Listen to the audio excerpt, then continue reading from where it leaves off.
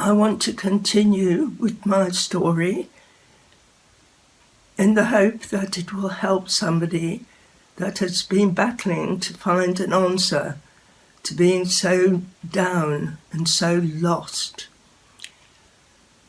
My story is similar to most people, I think. I came from a dysfunctional family. We were 5 children, which was actually too much for my mother. She was only supposed to have 2, as she was not a very well person. So each added child did affect her health. I was the middle child. Whether there is such a thing as the middle child syndrome, I don't know. But I never felt close to my mother, and I never seemed to be able to approach her. She was a wonderful mother in so many ways. She was brilliant with money. We were a poor family. My father had a very ordinary job, so there was never lots of money. And eventually, as my mother's health deteriorated, she went to work in an office.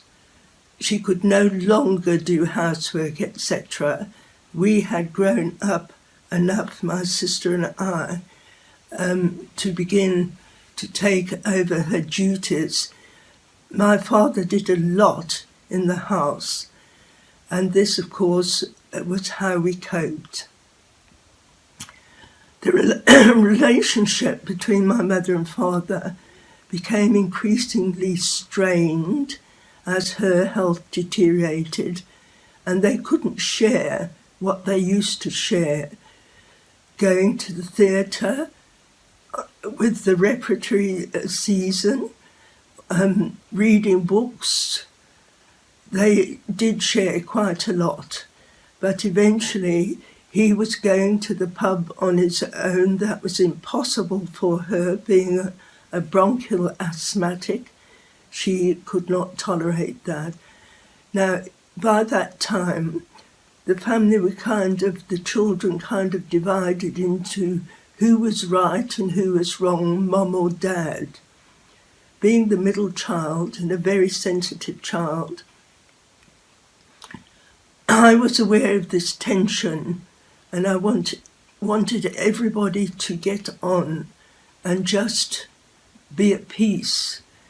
I used to try and stop the squabbles and the tension, but I'm afraid all that did was wear me out. I was, as I say, a very sensitive child. Being born in 1934, I was one of the children that was evacuated. My sister and I were evacuated in the time of the bombing. We were evacuated to a farm in Shropshire. Those were the best 2 years of my life, being with people that didn't have all this tension in the home.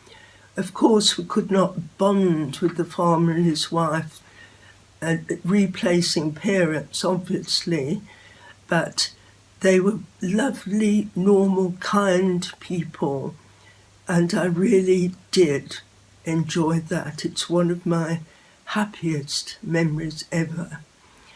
My mother was also evacuated to that village, so I did see her.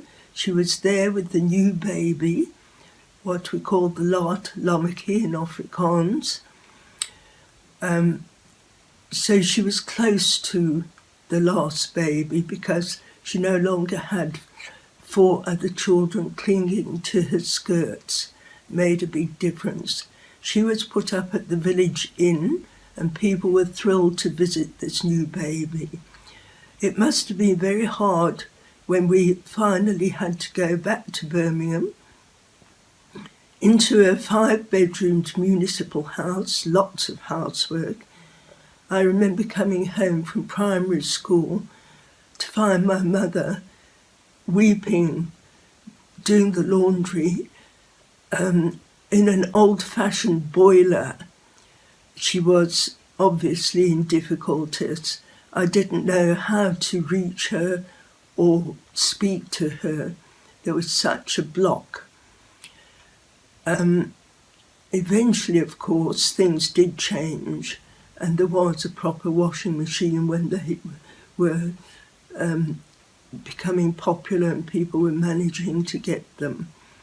But those early memories that she had a very tough life, and that affected us. I can remember, as I say, feeling in the way. I know by the time I was about 13, 14, I did tackle my mother and say, "Why did you adopt me?" And she said, "You stupid girl, how can you think of such a thing?" But of course today, people would recognise that as a sign of a problem, that there's something wrong. However, I just felt I didn't belong, and that was hard to bear.